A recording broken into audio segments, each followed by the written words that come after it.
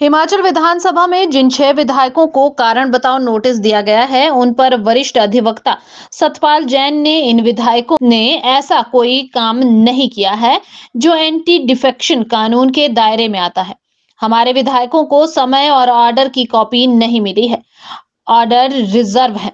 जैन ने कहा कि मुझे उम्मीद है स्पीकर सही निर्णय देंगे, अगर निर्णय कुछ और होगा तो देखेंगे क्या करना है।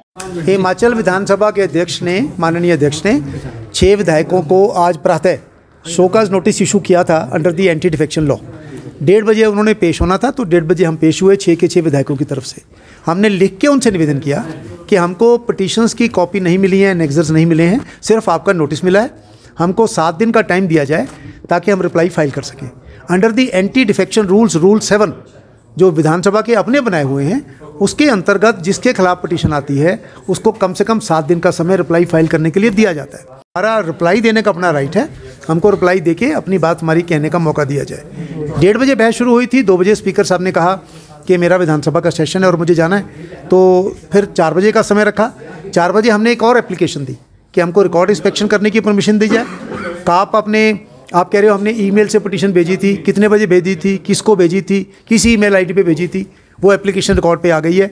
हमने फिर उनसे ये भी कहा कि पिटीशन की कॉपी, एक एडिशनल एफिडेविट फाइल हुआ, मैंने पहली बार देखा है कि सुनवाई शुरू होने के बाद 4:02 पर हमको उसकी कॉपी दी गई, और जो पिटीशन की कॉपी है वो बहस समाप्त होने के बाद 6:02 पर हमको दी गई है। हमने टाइम और समय उस पर रिकॉर्ड किया है।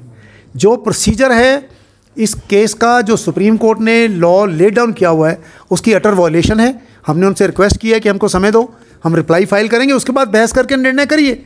आप 7 दिन का नहीं देते, 2 दिन का, 3 दिन का, 4 दिन का, जितना आपको रिजनेबल है उतना समय तो दीजिए। ये कैसे हो जाएगा कि 28 तारीख को 12 बजे आपने सुबह प्रोसेस शुरू किया और 28 तारीख को 5-6 बजे तक आप समाप्त करना चाहते हैं? ये कानून के खिलाफ है, कानून की खिलाफ वर्जी है।